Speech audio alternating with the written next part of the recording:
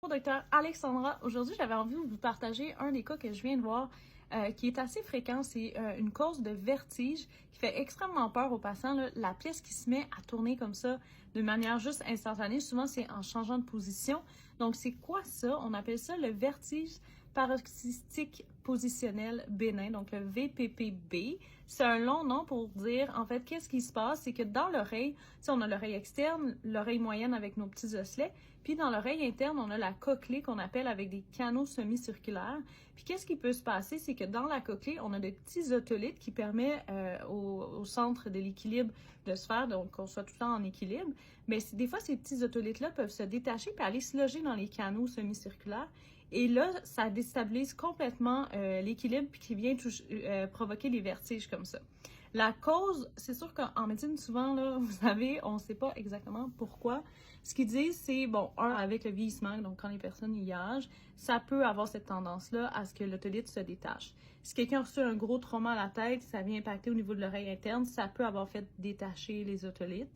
L'autre chose, certaines disent qu'avec le diabète, ça peut être plus fréquent, génétique, ou disons quelqu'un qui a eu une infection dans l'oreille, ça pourrait ensuite provoquer un détachement des otolithes. Fait que ce sera environ les causes qui causent ça. Puis comment on règle ça? J'ai eu mon père qui m'a appelé récemment. Alex, j'ai eu des gros vertiges, qu'est-ce que je fais? Qu'est-ce que je fais? Puis tout de suite, je savais que c'était ça, fait que je l'ai fait venir à ma clinique.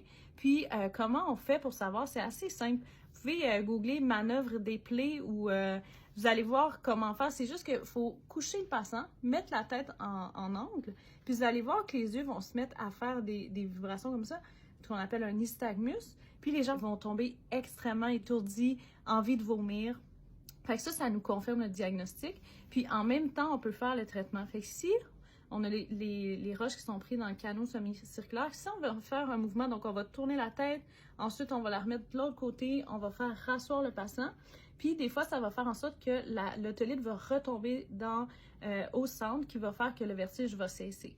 Fait que dans certains cas, ça prend juste une fois, ça règle le problème. Certaines fois, il faut le faire plusieurs fois. On a besoin d'une physio en vestibulaire pour aider à régler le problème.